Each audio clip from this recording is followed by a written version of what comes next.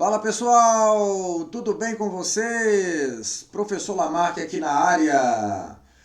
E aí, gente, vamos entrar aqui hoje na nossa aula número 10, falando aqui da História Contemporânea 2. Vamos entrar aqui na segunda parte da nossa aula sobre a História Contemporânea 2, beleza?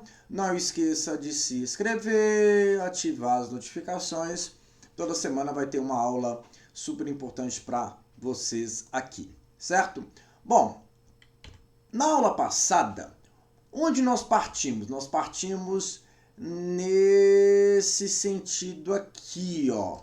Então, ó, nós falamos da Revolução Francesa, da Era Napoleônica, comentamos lá sobre as independências da América, a Revolução Industrial, né, e as revoluções industriais, comentamos sobre o imperialismo e falamos aqui sobre as guerras mundiais. Bom, o que nós vamos tratar, né? Nosso último tema foi aqui a Primeira e a Segunda Guerra Mundial. Hoje nós vamos entrar aqui na Revolução Russa. Bom, tem muito tempo aí, gente, que o Enem ele não traz alguma coisa sobre a Revolução Russa, né? Tem uma análise que é bem interessante, né? Que a Revolução Russa é um movimento que, desde que temos notícia da historiografia sobre a Revolução Russa, pouca coisa se altera justamente por causa da escassez de fontes. Mas aqui a gente tem algumas coisas que são importantes a gente estar lembrando com vocês. Bom, o que a gente deve lembrar sobre a Rússia? Primeira coisa é que a Rússia é um país muito grande. Isso todo mundo sabe, né? Um país gigantesco, mas que tem algumas questões muito peculiares, principalmente em relação à população, né? Os povos, né? Ou seja, a gente tem uma sociedade, a gente tem uma região que é um mosaico de povos muito grande e isso implicava principalmente em uma desigualdade social muito grande. É muito legal a gente sempre estar comparando a Revolução Russa com a Revolução Francesa. Claro que não são os mesmos atores, não são os mesmos personagens, mas as intenções, as ideias, elas são muito parecidas. A situação financeira, a situação social, política da Rússia era muito próximo daquilo que a França vivia lá no século XIX. Então sempre há essa necessidade de fazer um pouco dessa comparação. Tirando essas proporções, a gente tem que pensar também que existe uma questão ideológica. Enquanto a Revolução Francesa a gente tem como base ideológica o quê? O iluminismo, né? A gente tem como base ideológica a Revolução Russa o quê? O socialismo, que já é um fenômeno que nasce no final do século XIX e entra dentro da Europa com toda a força ao longo do século XX, e a Revolução Russa vai ser o primeiro movimento que de fato, né, tem o despertar dessas novas ideias que surgiram lá com Karl Marx, com Engels, e serão tão disseminadas aí com Lenin, com o Trotsky e também depois com Stalin. Bom, então a Revolução Russa está ligada a isso, a uma situação de miséria e pobreza.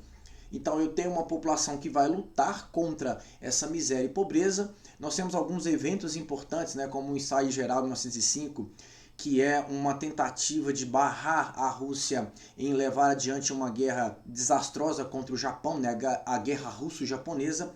Isso levou o czar, na época, Nicolau II, um ditador, né, ou seja, um rei que ainda mantinha características absolutistas muito próximas dos reis que existiam durante toda a Era Moderna, e ele ordena que fosse alvejados aqueles manifestantes que apareceram na frente do Palácio de Inverno para manifestar. Né? A gente tem um ensaio geral nisso aí, dando aí um evento importante que foi o Domingo Sangrento, ou seja, a população manifestando contra a participação da Rússia nesse conflito. Então a gente vai ter, por exemplo, mais tarde, a participação da Rússia na Primeira Guerra Mundial. Ela vai entrar ali do lado dos ingleses, do lado dos franceses, né? É um exército muito grande, mas um exército muito mal treinado, né? Um exército que não tinha nem armamento direito e acabaram participando desse conflito meio que de suicida. Isso só aumentou os gastos internos da Rússia e a população, né, gera uma insatisfação muito grande. O que a gente vai lembrar? Que existem alguns atores muito importantes nesse cenário. E um desses atores, né, ele está aqui representado, né, que é o Lenin. Então Lenin é um dos grandes atores dessa revolução, desse movimento que vai acontecer a partir de 1917. Aqui a gente tem uma figura importante, né, que vai ser o Leon Trotsky, que vai ser o o grande braço direito nesses primeiros momentos aí da Revolução, juntamente com Lenin. O que é interessante observar nessa imagem aqui, pessoal? Que é o seguinte, quando esse carinha aqui, ó, Stalin, ele entrar no poder, o Stalin ele vai tentar promover o que a gente chama de apagamento histórico, né? Ele vai divulgar uma mesma imagem como essa, como o camarada Lenin aqui do lado, mas com a tentativa aqui, ó, de esconder, de tirar o Trotsky aqui do lado, né? Porque existirá uma rivalidade após a morte de Lenin entre Trotsky e entre Stalin. É possível que você já tenha lido A Revolução dos Bichos, de George Orwell, né? E você vai entender muito bem o que vai acontecer nesse cenário aqui. Então a gente tem a formação de dois grupos políticos muito importantes, né, nesse cenário, que foram os bolcheviques e os mencheviques. Né? Os bolcheviques eles representavam ali a maioria, a população mais pobre dentro da Rússia, e os mencheviques representavam ali uma pequena burguesia, né? uma minoria que existia dentro da Rússia. Quando Lenin ele vai retornar do seu retorno, logo depois aqui do ensaio geral, né, em 1905, ele participa ativamente de muitos movimentos aqui, ele acaba sendo exilado, né, ele acaba indo para a Suíça, ele vai retornar e vai defender o que a gente chama de teses de Abril, né, que era paz, pão e terra, né, todo o poder aos sovietes. Sovietes que serão o braço armado dos bolcheviques, ou seja, será um movimento aí importante aí a organização desses sovietes, que era composto de soldados, operários e até mesmo camponeses, com o intuito de levar adiante a revolução. Então as teses de Abril, elas aqui para nós é muito importante justamente por quê? Porque é um movimento que defende uma reforma agrária, né, com terra, defende a distribuição de alimento, pão, e defende a paz, que é retirar a Rússia, que estava ela ali na Primeira Guerra. Então eles diziam, né, que essa guerra não era nossa, então era necessário retirar a Rússia da guerra. Então a Revolução Russa, pessoal, ela passou por dois momentos. Né? A gente fala que existe uma Revolução de Fevereiro, 17, né? E a Revolução de Outubro, 17. O que é legal a gente falar, isso aqui é uma curiosidade rápida, né? Que a gente fala que ela é em fevereiro, mas na verdade ela vai acontecer por volta de março, né? Lá para o dia 8 de março. Porque a Rússia naquele momento ainda utilizava o calendário juliano e o mundo inteiro já utilizava o calendário gregoriano. Então existe ali uma diferença entre os dias, né? Isso aqui é muito interessante. Bom, quando a gente tem a Revolução de Outubro de 17, então presta atenção, Revolução de Fevereiro é a revolução que a gente chama de Revolução Menchevique, né? Quando os mencheviques conseguem de fato ali derrubar o czar, assumem o poder, mas continuam mantendo a Rússia na Primeira Guerra Mundial. E uma das medidas foi o retorno de muitos exilados políticos. Aí entra o Lenin nessa história. Mas ainda não era a revolução que os bolcheviques queriam, não era a revolução que grande parte da população queria. Então, o que vai acontecer? Lá em outubro de 17, né? Aí a gente vai ter o que a gente já vai chamar de Revolução Bolchevique, né? Outubro de 17, a gente vai ter a Revolução Bolchevique, liderado por Lenin, liderado ali por Trotsky, né? Stalin vai ser um personagem até então um pouco menos cheio de luz nesses primeiros momentos, até a morte de Lenin, a partir de 24, né? Lá em 22, nós temos a formação da União Soviética, né? Da URSS, e a partir dali que a gente vai ver a figura de Stalin se destacando cada vez mais. O comunismo de guerra foi uma ação adotada durante a chamada Guerra Civil travada durante o período do pós-Revolução de Outubro, né? Que foi uma necessidade forçada do Estado em recrutar recursos e alimento para abastecer o exército soviético, o exército vermelho, para que eles possam vencer a guerra civil contra os brancos, que eram aqueles que perderam poder dentro da Rússia, que era a igreja ortodoxa, que era a nobreza, que era também as potências externas que estavam ajudando os brancos a impedir o avanço das ideias dos vermelhos, né, dos soviéticos. Então a Revolução Russa ela vai ter certos momentos, certas nuances que são muito interessantes. Quando temos aí de fato a morte do Lenin, né, e a disputa entre Trotsky e Stalin, existe aqui uma diferença muito importante, que o Stalin ele defendia primeiro, né, a afirmação da ideia dentro da Rússia, da União Soviética, e enquanto que o Trotsky ele defendia essa replicância imediata das ideias, né? acaba que Stalin vence isso, e Stalin acaba tomando, né, dentro da União Soviética, um governo que é extremamente ditatorial, né, um governo controlador. Em termos econômicos, a gente tem que pensar que desde o governo do Lenin, a gente teve a NEP, né, a nova política econômica, que era uma necessidade de adaptar o capitalismo numa sociedade até então, digamos assim, socialista, né, porque a Rússia ela não tinha passado pela Revolução Industrial, a consolidação da Revolução Industrial. Então a NEP foi a adoção de práticas capitalistas, né? No governo de Stalin a gente vai observar o quê? Os planos quinquenais, né? Ou seja, a planificação da economia, a gente tem a necessidade dessa planificação econômica. E o governo de Stalin vai ser marcado por perseguições, é um governo ditatorial, né? E a gente vai colocar ele aqui no mesmo patamar desses caras aqui, né? Ou seja, são um tipo de governos o quê? Totalitários. Aí, quando entra no nazifascismo, o que a gente vai falar de nazifascismo, que já abordamos um pouco quando falamos lá da Segunda Guerra Mundial, é que, primeiro, o nazifascismo, né, o fascismo é um regime autoritário, todo mundo já sabe disso, né? Ou seja, característico, por exemplo, dentro do Estado da Alemanha, do Estado italiano, do Estado português, do Estado espanhol, que são características de estados fascistas, né? Antidemocráticos, sim, ultranacionalistas, né? Que vão utilizar de meios, de mecanismos para perseguição dos seus opositores. Tanto Mussolini como Hitler né, são repressores, promoveram a censura e é uma propaganda que caracterizava a exaltação do Estado. Aí você, candidato, pode me questionar, mas o que a figura de Stalin está fazendo aqui? E o que a figura de Mao Tse Tung está fazendo aqui, junto da figura aqui de Mussolini e aqui um cartaz nazista? Bom, ambos governos, pessoal, eles têm como características o totalitarismo. Então, ó, tanto Mao Tse Tung, tanto Stalin, tanto Mussolini quanto Hitler, eles adotam características que são muito próximas. Então, por exemplo, a gente tem governo aqui de extrema esquerda, né, que é o caso do maoísmo, do stalinismo, e a gente tem governo de extrema direita, que representa os fascismos.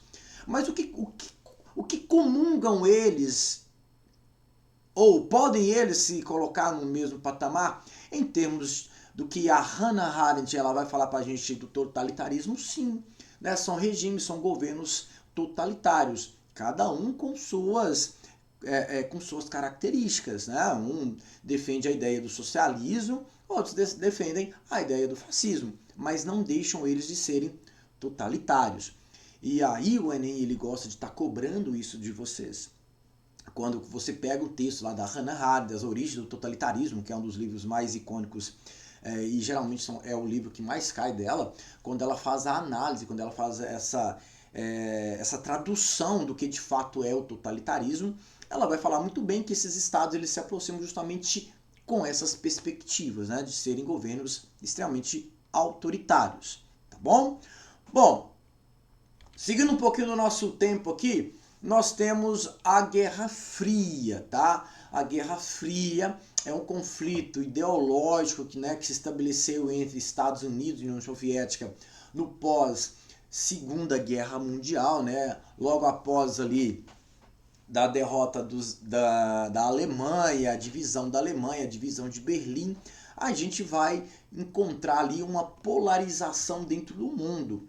Por que essa polarização, por que ela existe? Porque existia o medo e o temor do quê? Do comunismo. Então, essa expressão aqui, o comunismo, ele vai ser aí como a peste foi na Idade Média. Durante o pós-Guerra Fria, ou melhor, perdão, durante esse período da Guerra Fria, esse termo comunismo ele será aí, um espírito assombrado que assombrava de fato aí as sociedades aí democráticas durante todo o período da Guerra Fria. Por que é importante a gente sempre estar ressaltando espaço-tempo e voltar a falar disso aqui? Porque muitos movimentos eles vão acontecer justamente por causa da Guerra Fria. Muita coisa vai avançar por causa aqui da Guerra Fria. Por exemplo, a corrida armamentista, ela vai ser essa disputa entre Estados Unidos e soviéticos em desenvolver bombas. Os Estados Unidos foi lá, desenvolveu a bomba atômica, jogou Hiroshima e Nagasaki, destruiu tudo. E os Estados Unidos, somos a maior potência do mundo em termos bélicos. Aí, ano seguinte, Os soviéticos desenvolveram também uma bomba com a capacidade destrutiva até um pouco maior. Aí depois os norte-americanos foram lá e desenvolveram uma outra bomba, né, que também tinha uma outra característica, que era a bomba de hidrogênio. Os soviéticos foram lá e fizeram a mesma coisa. Então é uma corrida armamentista que impulsiona o desenvolvimento tecnológico. E esse impulso tecnológico vai chegar no quê? Na corrida ao espaço. Então a corrida espacial ela está inserida também nesse contexto justamente porque é uma disputa de ego entre essas duas superpotências e que deixou grandes marcas em todo o mundo. Vamos começar, por exemplo, aqui lá nos anos de 68. Nós temos movimentos sociais que são muito característicos de uma sociedade que que não precisava trabalhar, porque a gente já tem um novo modelo de sociedade no pós-Segunda Guerra Mundial, que isso é muito interessante, né? Nós temos uma sociedade que é bancada pelos seus pais, é uma sociedade que teve tempo para estudar, é uma sociedade que tem uma reflexão muito grande das ações dos Estados Unidos, principalmente, e que se manifesta contra certas ações, certas atitudes do governo norte-americano. Vou pegar o exemplo aqui da Guerra do Vietnã, que é um evento extremamente triste e importante para a gente analisar. A Guerra do Vietnã, assim como a Guerra da Coreia, eles são movimentos característicos da Guerra Fria, porque a gente tem a invasão soviética do lado que era capitalista, né? Essa divisão que vai acontecer. A invasão soviética no lado norte-americano leva ao povo do Vietnã a defender a ideia lá dos soviéticos e tudo mais, e os Estados Unidos não queria perder de forma alguma áreas de influência. Porém, né, nós temos questões ligadas à geografia do Vietnã, que era favorável aos vietnamitas, que conheciam todo o terreno. Os norte-americanos, sem conhecer o terreno, eles vitimaram muito os seus soldados justamente porque não conheciam o terreno. E isso deu muita vantagem aos vietnamitas, que vão acabar dizimando sumariamente o exército norte-americano. Né? Os norte-americanos eles têm aí um incômodo, né, com os resultados da Guerra do Vietnã. E é uma guerra televisiva, é uma guerra em que a televisão estava no auge, né? E é uma guerra que é transmitida, ou seja, nós temos imagens dessa guerra, ela é filmada, é transmitida ao vivo, a população norte-americana vê a guerra e vê o estrago que essa guerra está causando. Isso fez com que esses movimentos sociais manifestem contra esse conflito. Então a utilização do corpo, né, no war, era muito comum a gente estar vendo sempre como essas imagens do movimento hippie, do movimento beatnik vai acontecer, né? Aí, gente, é interessante a gente sempre falar que é uma questão que já caiu no Enem. Agora, olha essa música aqui do Humberto Gessinger, né, lá do Engenheiros do Havaí, que vai falar pra gente mais ou menos esse contexto da Guerra Fria. Há um muro de concreto entre nossos lábios, há um muro de Berlim dentro de mim. Tudo se divide, todos se separam. Duas Alemanhas, duas Coreias, tudo se divide, todos se separam, né? Que é característico do que? Desse período da Guerra Fria. Agora temos Cuba aqui, gente. Cuba é um ponto-chave, é um ponto importante, porque Cuba vai passar por um movimento de se livrar do controle norte-americano. Fidel Castro, Che Guevara, Cienfuegos, Raul Castro, esses caras conseguem derrubar o governo lá do Fulgêncio Batista dentro da ilha de Cuba. Mas por que Cuba é importante nesse cenário? Porque eu tenho a queda de um governo influente norte-americano dentro da América. É um movimento feito por guerrilheiros, é um movimento feito por pessoas que estavam criticando, questionando a pobreza e a miséria que existia dentro da sociedade cubana. Entendam, não é um movimento e não foi um movimento socialista liderado lá ou macunado pelos soviéticos. A relação entre Cuba e União Soviética, ela vai acontecer após os embargos que os norte-americanos vão impor à sociedade cubana. Então Cuba ficou sem parceiros comerciais. Cuba foi expulso, né, da OCDE. Cuba ficou sem condições, inclusive, de ter petróleo, porque foi boicotado pelos norte-americanos. Então, a aproximação dos soviéticos, e aí os soviéticos vão implementar esse modelo dentro da sociedade cubana. E é por isso que os governos norte-americanos vão apoiar ações golpistas ditatoriais na América Latina, porque eles temem que outras Cubas aconteçam aqui no quintal norte-americano. Então, a história por detrás de Cuba é essa. Só depois, de fato, da Revolução acontecer é que há aproximação do soviético, porque Cuba ela perdeu, de fato, ali o comércio, relações comerciais com vários países. Bom, nesse cenário nós temos aqui algo importante que vai ser a descolonização afroasiática. Olha que importante isso aqui, gente. De novo eu vou trazer para vocês aqui uma música, uma questão até que caiu na Fundação Getúlio Vargas, que é um trecho da canção War de Bob Marley.